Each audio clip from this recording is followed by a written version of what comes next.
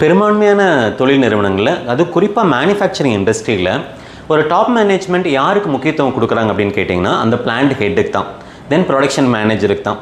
பெரும்பான்மையான ஹெச்ஆர் மேனேஜருக்கு பார்த்திங்கன்னா என்ஜினியரிங் அண்ட் மேனுஃபேக்சரிங் கம்பெனியில் அவங்களுக்கான இம்பார்ட்டன்ஸ் கொடுக்கப்படுறதில்ல. முதலாளிகளோட கவனம் முழுக்க முழுக்க எங்கே இருக்குன்னு கேட்டிங்கன்னா ப்ரொடக்ஷன், ப்ரொடக்டிவிட்டி அண்ட் அவுட்புட். ஏன்னா இது வெளியே போனால் அது காசாக வரும். ஃபினான்ஸ் அப்படிங்கிறதுல மட்டுமே கவனம் இருக்கிறதுனால நிறைய நிறுவனங்கள் இந்த 4M concept, man, machine, material and methodology, இதில் பார்த்திங்கன்னா இந்த மிஷின், மெட்டீரியல், மெத்தடாலஜியில் பெரிய சிரமங்கள் வரதில்லை. இந்த மேன் அப்படிங்கிற ஒரு விஷயத்தில் தான் மிகப்பெரிய சவால்கள் வருது. அப்போ ஒரு தொழில் நிறுவனத்தில் ஒட்டுமொத்த ஹியூமன் ரிசோர்ஸையும் யார் ஆர்கனைஸ் பண்ண முடியும்னா ஒரு ஹெச்ஆர் மேனேஜர் தான்.